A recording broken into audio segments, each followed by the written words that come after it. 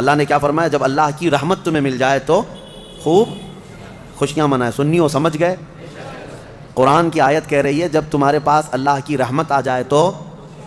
اب ہر ایک کو بات پتہ ہے اللہ کی سب سے بڑی رحمت اس روئے زمین پر 12 ربیع الاول کو آئی.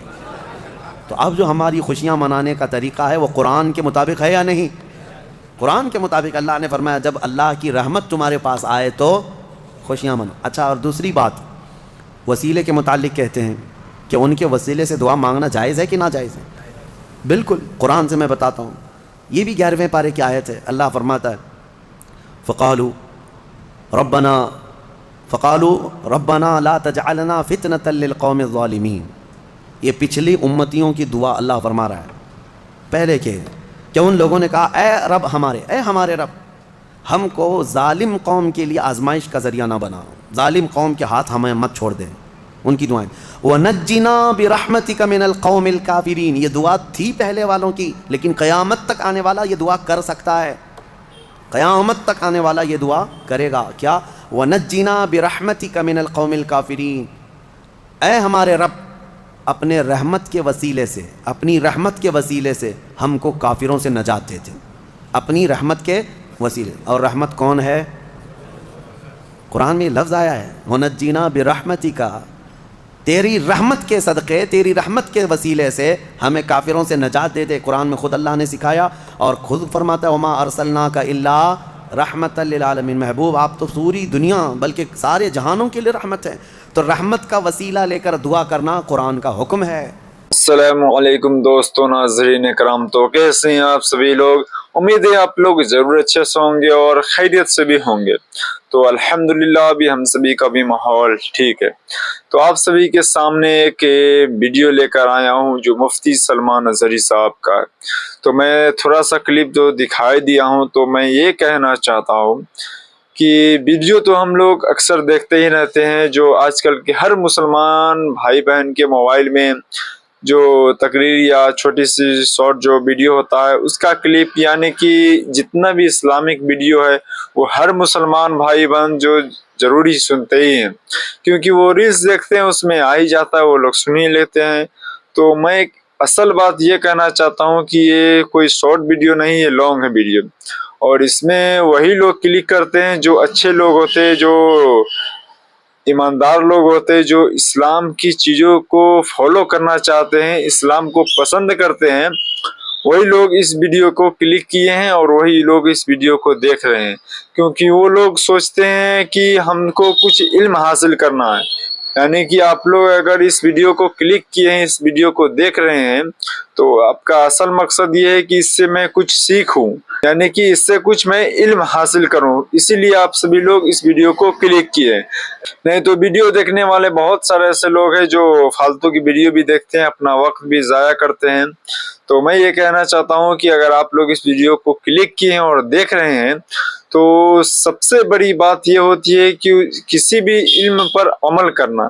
یعنی کہ اگر آپ کے پاس کوئی بھی چیز کا علم ہے تو اس پر آپ سبھی لوگ جب تک کہ عمل نہیں کریں گے تب تک کہ اس چیز کا علم حاصل کرنا آپ کے لیے کچھ خاص نہیں رہے گا، کچھ بہتر نہیں رہے گا. کیونکہ اصل مقصد یہ ہوتا ہے کہ اگر ہم سبھی کو یا کسی بھی انسان کو اگر کھیتی کرنے کا وہ علم سیکھ لیا ہوا ہے، یعنی کہ علم کسی سے وہ سیکھ لیا، یعنی کہ وہ کیا نہیں، وہ صرف سیکھ رہا ہے کسی کے ذریعے سے، کوئی اسے بتا رہا ہو اور وہ سیکھ رہا ہو. اور جب تک کہ وہ کھیتی نہیں کرے گا تب تک کہ اسے پتہ نہیں چلے گا کہ کھیتی کیا کیسے جاتا ہے.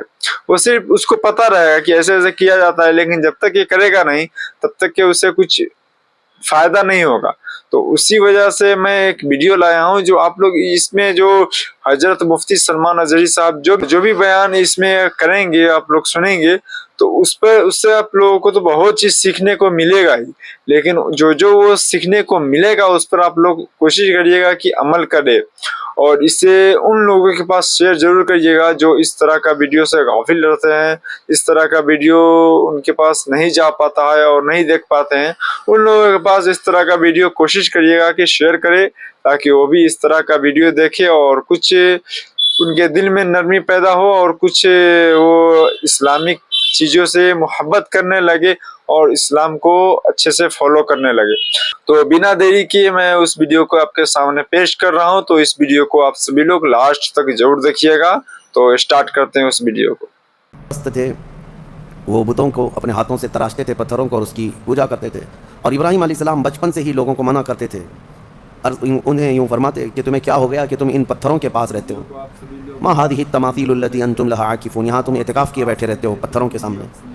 تو لوگ ان کا انکار کرتے اور کہتے کیا تم نیا کچھ لے کر کے ہمارے پاس آ رہے ہو، یہ ہمارے باپ داداؤں سے یہ پرمپرا چلی ہے۔ حضرت ابراہیم علیہ السلام کو جھٹلاتے رہتے تھے۔ حضرت ابراہیم علیہ السلام نے ایک دن، یعنی بچپن سے ہی آپ کے ذہن میں بت پرستی نہ آئی اور نہ ہی کبھی ان کی طرف گئے، سختی سے آپ منع کرتے اور انکار کرتے رہے۔ ان کا چاچا حضرت ابراہیم علیہ السلام کا آزر، یہ خود بھی بت پرست تھا۔ اب ہوا یہ کہ ایک دن گاؤں والے گاؤں سے باہر تھے، پورے کسی میلے میں گئے تھے، ابراہیم علیہ السلام نے یہ بت خانے میں جا کر سارے بتوں کو توڑ دیا اپنے ہاتھ سے، اور ایک بڑے بت کے گلے میں کلہاڑی لٹکا دی، اور سب کو توڑ کر کے واپس آ گئے۔ جب ابراہیم علیہ السلام شام کو اپنے گھر تھے، گاؤں کے لوگ واپس آئے، واپس آنے کے بعد اپنے خداؤں کا یہ حشر دیکھا تو آگ بگولا ہو گئے۔ من فعل ھذا بآلہتنا، ہمارے خداؤں کے ساتھ کس نے ایسا کام کیا ہے؟ ظاہر سی بات ہے، بتوں کو جب کوئی چھیڑ چھاڑ کرتا ہے تو آگ بگولا ہوتی ہے قوم، ان کی جو عبادتیں کرتے ہیں، یہ اس زمانے سے چلا ہے۔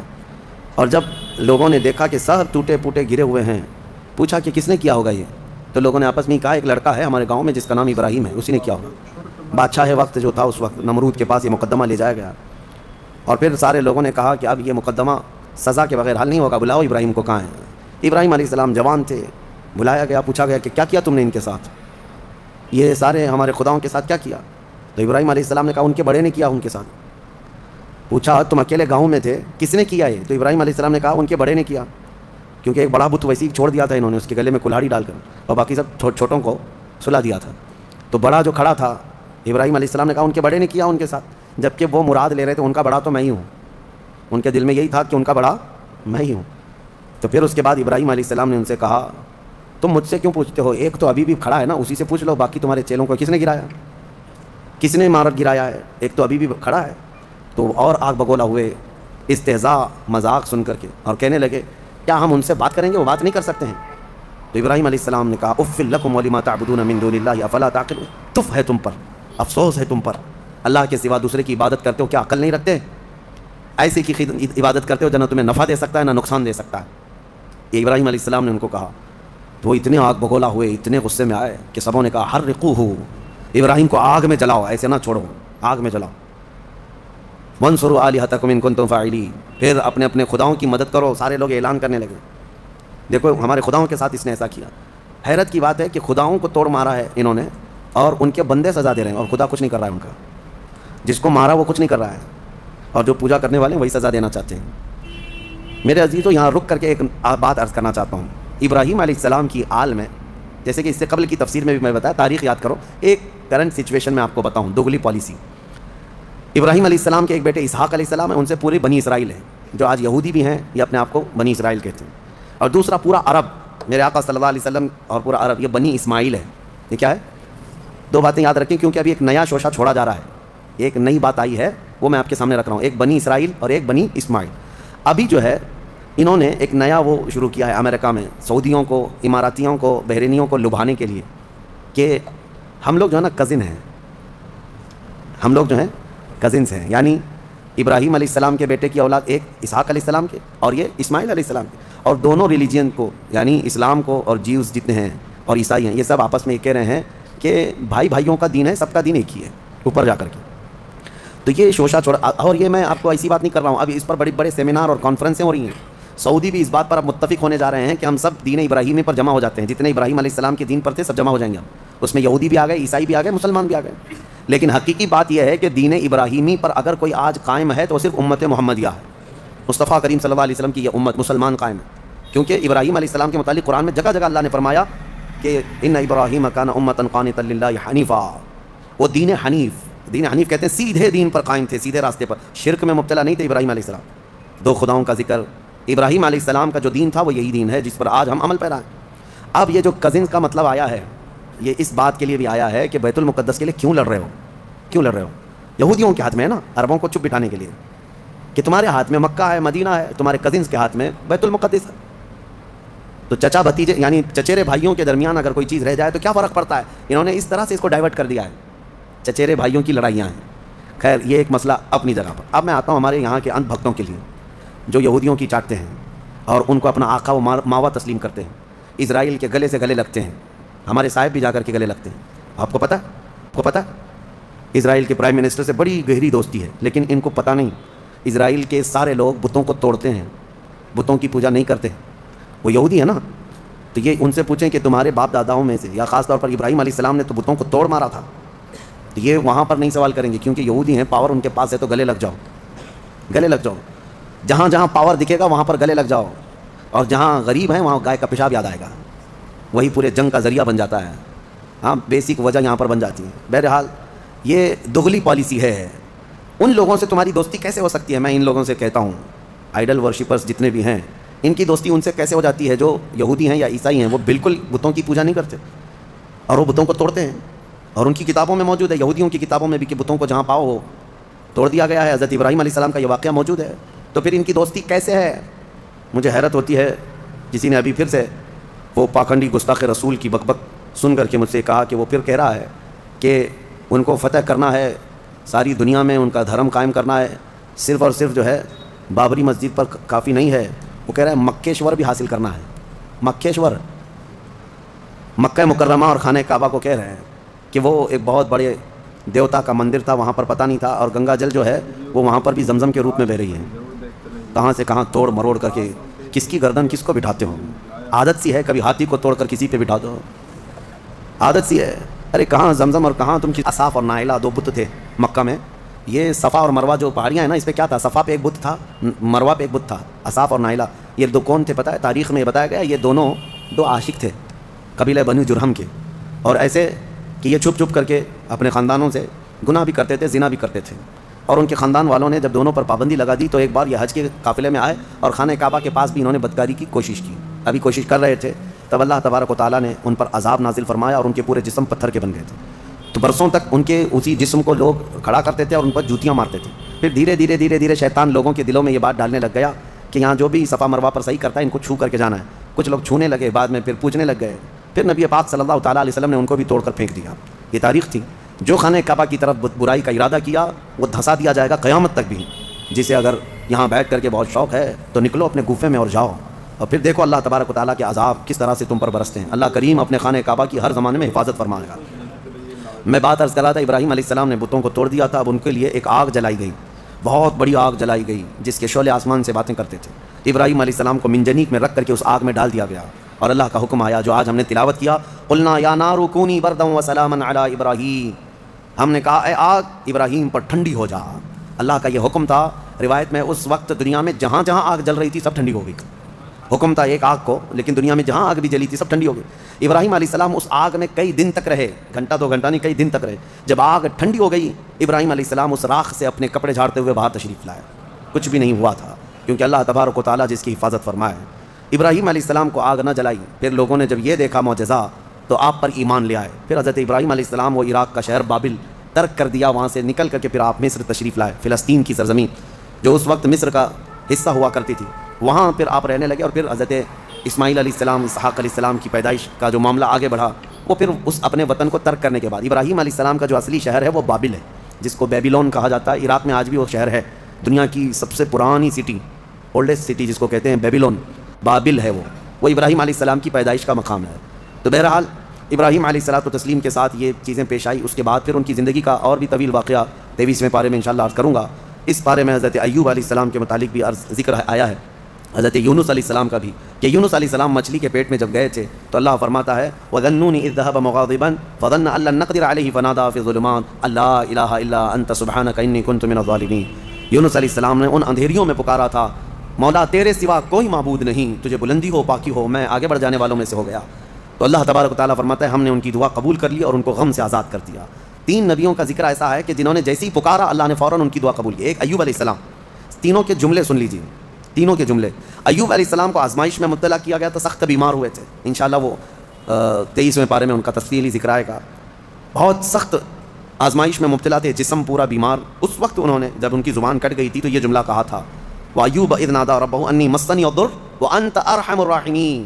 وانت ارحم الراحمین، اے مولا تکلیف تو مجھے پہنچی ہے لیکن تو ارحم الراحمین ہے، تو سب سے زیادہ رحم کرنے والا۔ اس کے فوراً بعد اللہ فرماتا ہے فاستجبنا له فکشفنا ما به من ضر، ہم نے ایوب کی دعا سن لی اور جو انہیں تکلیف تھی فوراً اس کو ہم نے دور کر دیا۔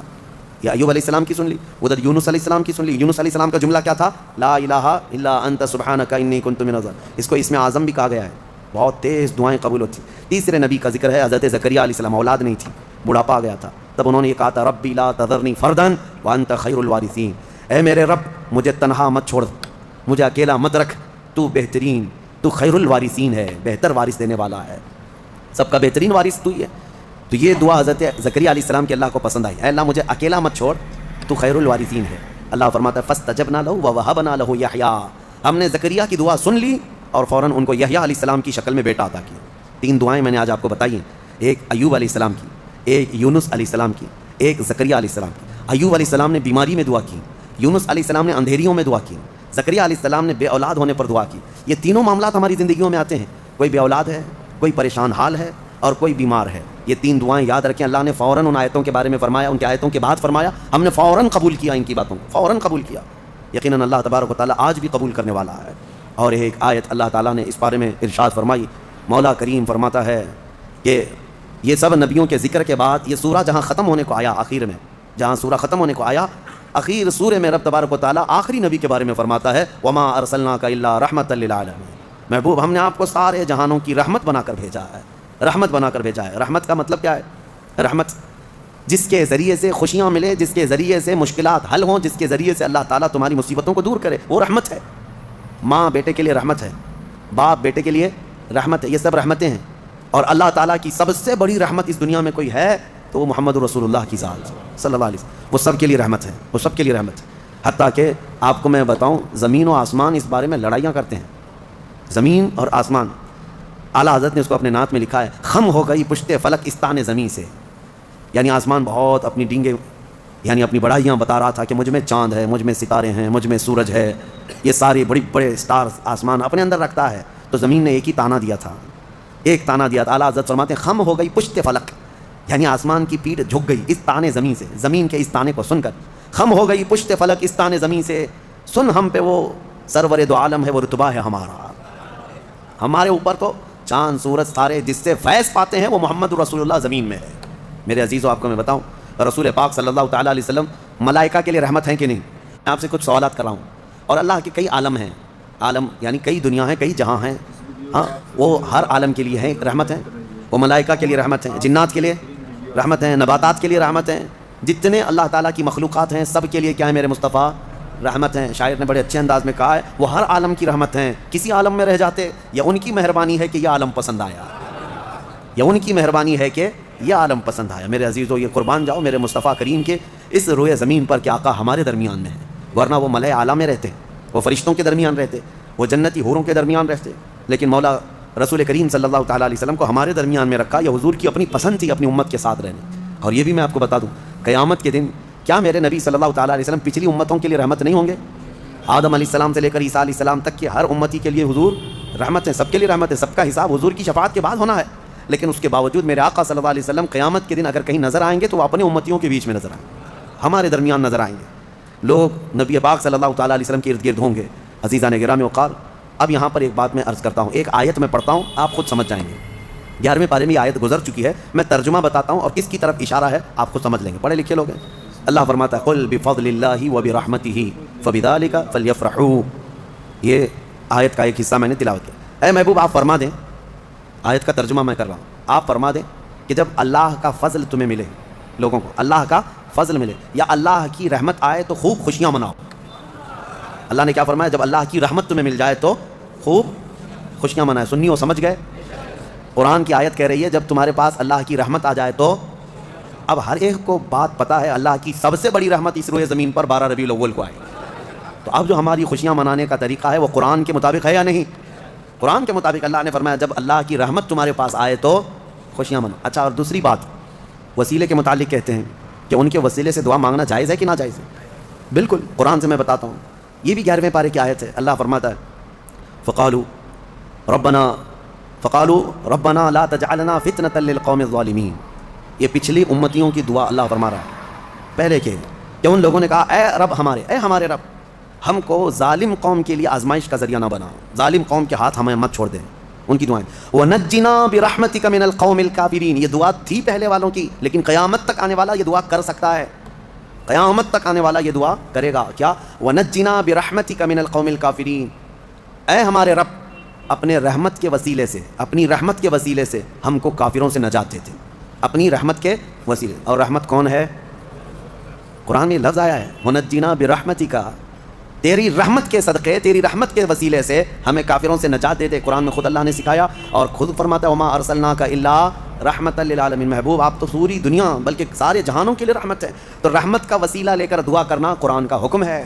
بہرحال نبی پاک صلی اللہ تعالیٰ علیہ وسلم رحمت للعالمین ہے، جو نہ سمجھ سکے وہ اس کی خام خیالی ہے، بد نصیبی ہے، لیکن الحمدللہ میرے مصطفیٰ اس روئے زمین کے لیے بھی رحمت ہیں اور قیامت کے دن کے لیے بھی ہمارے لیے رحمت ہے۔ اللہ کریم میرے مصطفیٰ کے عاشقوں کی جماعت میں زندہ رکھے اور ان کے سچے عاشقوں میں ہی ہماری موت عطا فرمائے۔ سورہ حج کا بھی تذکرہ آیا ہے کل کی سورہ میں، جیسے سورہ کہف سورہ طٰہٰ اور سورہ کہف وغیرہ جو ہم نے تلاوت کی تھی، اس میں بہت ساری چیزیں، کئی لوگوں نے ہم سے سوال کیا ذوالقرنین کون تھے، کیونکہ یہ سوال یہودیوں نے حضور سے کیا تھا، اور پھر دیگر کچھ چیزیں۔ دیکھیں میں آپ کو ایک بات بتا دوں، یہاں مختصر سا وقت ہے، تھکے ہوئے لوگ ہیں، تراویح کافی 1.5 گھنٹے تک 2 گھنٹے تک پڑھتے ہیں، پھر میں آپ کو اتنی دیر تک پکاتا رہوں یہ بھی مناسب نہیں ہے۔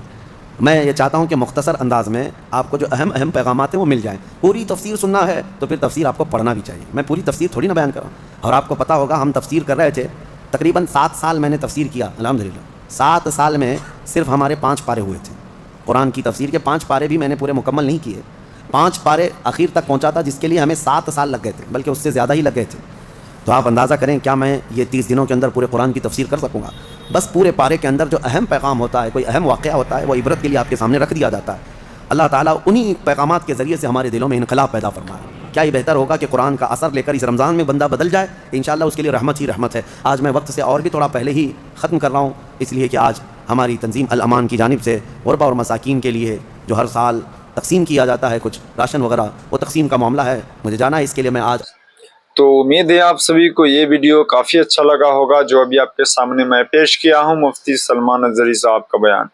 تو یہ بیان بہت ہی اہم تھا جو میں آپ سبھی کو بتا دیا ہوں کہ اسے سننے سے آپ کو کیا فائدہ ہے اور اسے سن کر عمل کرنے سے آپ سبھی کو کیا فائدہ ہونے والا ہے۔ تو بس میں یہی کہنا چاہتا ہوں کہ اگر آپ سبھی لوگ اس چینل کو سبسکرائب نہیں کیے تو سبسکرائب کر دیجئے اور ساتھ میں اس ویڈیو کو لائک بھی کر دیجئے اگر آپ سبھی کو یہ ویڈیو پسند آیا ہوگا تب۔ اور جو ابھی لوگ اس ویڈیو کو دیکھ رہے ہیں یا سن رہے ہیں ان سے میں گزارش کرنا چاہتا ہوں کہ اس ویڈیو کو زیادہ سے زیادہ لوگوں کے پاس شیئر ضرور کریے، کیونکہ جب تک کہ آپ لوگ شیئر نہیں کریں گے، جب تک کہ آپ لوگ دوسرے کو دکھائیں گے نہیں، تب تک کہ اس چیز کا علم ان لوگوں کے پاس نہیں جا پائے گی۔ دنیا میں کوئی بھی چیز اگر ہو رہا ہے، جب تک کہ اس چیز کا خبر کسی کے پاس نہیں پہنچایا جائے تب تک کہ اگلے آدمی کو پتہ نہیں چلے گا کہ ایسا ہوا ہے کہیں بھی۔ تو اگر یہ ویڈیو آپ سبھی لوگ دیکھیں، اس سے آپ کچھ سیکھیں، اس سے کچھ علم حاصل ہوا آپ سبھی لوگ کو، اور اس سے آپ سبھی کو کچھ فائدہ حاصل ہو رہا ہے اور اس سے آپ کو کچھ سیکھنے کو ملا ہو اور اس پر کچھ عمل کرنے کا بھی آپ لوگ جذبہ رکھتے ہیں، تو میں یہ کہنا چاہتا ہوں کہ اس ویڈیو کو زیادہ سے زیادہ شیئر کریے۔ اگر انسان کو اگر کوئی بھی چیز پسند ہو تو وہ اگلے کو وہ پیش کرنا چاہتا ہے، پیش کرنے کی کوشش کرتا ہے اور اس کا دل بھی یہ رہتا ہے کہ میں اس چیز کو اگر مجھے پسند ہے تو اگلا آدمی کو بھی میں یہ تحفہ میں دوں یا اسے بھی اس چیز کا کچھ پتہ بتاؤں۔ تو یہ ویڈیو اگر آپ سبھی لوگ دیکھیں تو اسے زیادہ سے زیادہ شیئر کریے، اور میں یہ کہنا چاہتا ہوں کہ آپ لوگ کوشش کریے کہ اس چیز پر عمل کریں، کیونکہ میں اگر ایک بات بتاؤں تو آج کل کا ماحول ایسا ہو چکا ہے کہ انسان، جیسا کہ میں بولا ہوں کہ علم حاصل کرنے سے بہتر ہے کہ اس علم حاصل کر کے اس پر عمل کیا جائے۔ اگر آپ سبھی کو میں بتاؤں کہ اگر دنیا میں ہر محلے میں ابھی مسجد ہے، یعنی کہ شاید ہی کہیں ہوگا یا نہیں کے برابر بھی ہوگا کہ کسی محلے میں مسجد نہیں ہوگی، ہر محلے میں مسجد ہے، اور ہر محلے کا حال یہ ہو چکا ہے کہ مسجد کا اگر جمعہ میں دیکھا جائے تو پورا مسجد میں بیٹھنے کا بھی جگہ نہیں رہتا، لیکن وہی اگر 5 ٹائم میں سے کسی ایک ٹائم میں بھی اگر جائے تو آگے کا صف بھی آدھا بھی نہیں رہتا ہے، اور آج کل تو یہ حال ہو چکا ہے کہ مسجدیں توڑی جا رہی ہے، مسجدوں پر بلڈوزر چلایا جا رہا ہے۔ آخر کیوں چلایا جا رہا ہے؟ اس لیے چلایا جا رہا ہے کہ اس کو کوئی دیکھنے والا نہیں بچا ہے۔ ہاں صرف یہ اگر کوئی بلڈوزر چلانے جا رہا ہے تو اس پر لوگ آواز اٹھا رہے ہیں، تو اس سے فائدہ، اس سے بہتر یہ ہے کہ آپ سبھی لوگ مسجد کو بھرے رہیے۔ اگر پانچوں وقت کے ٹائم میں اگر انسان اگر مسجد کو پورا جمعے کی طرح بھرے رہے تو کسی کے بھی مجال نہیں کہ مسجد کے اوپر آنکھ اٹھا کر بھی دیکھے، کیونکہ اگر کسی گھر میں اگر انسان رہتا ہے تو اس پر کوئی چرچا نہیں چلاتا، اس پر کوئی توجہ نہیں دیتا ہے کہ ہاں یہ کس کا ہے نہیں ہے، اس پہ کوئی توڑا جائے، یہ اس پر کوئی خبر نہیں لیا جاتا ہے۔ لیکن اگر کوئی گھر میں اگر انسان ہی نہیں رہے تو اس پر اگلا آدمی اس چیز کو حاصل کرنے کی کوشش کرتا ہے، اس کو برباد کرنے کی بھی کوشش کرتا ہے۔ تو جس طرح گھر میں اگر گھر بھرا رہتا ہے تو کوئی اس کو آنکھ بھی نہیں دکھاتا ہے، اسی طرح مسجد میں بھی آپ سبھی لوگ کوشش کریے کہ مسجد کو بھرا رکھیے، تاکہ کوئی بھی کسی کی ہمت نہ ہو کہ مسجد کے اوپر کسی کی آنکھ آئے، مسجد کے اوپر کوئی آنکھ دکھا پائے۔ تو امید کرتا ہوں یہ ویڈیو آپ سبھی کو کافی اچھا لگا ہوگا۔ تو ملتے ہیں اگلی ویڈیو میں، تب تک کے لیے یہ ویڈیو یہیں تک تھا۔ السلام علیکم ورحمۃ اللہ تعالی وبرکاتہ۔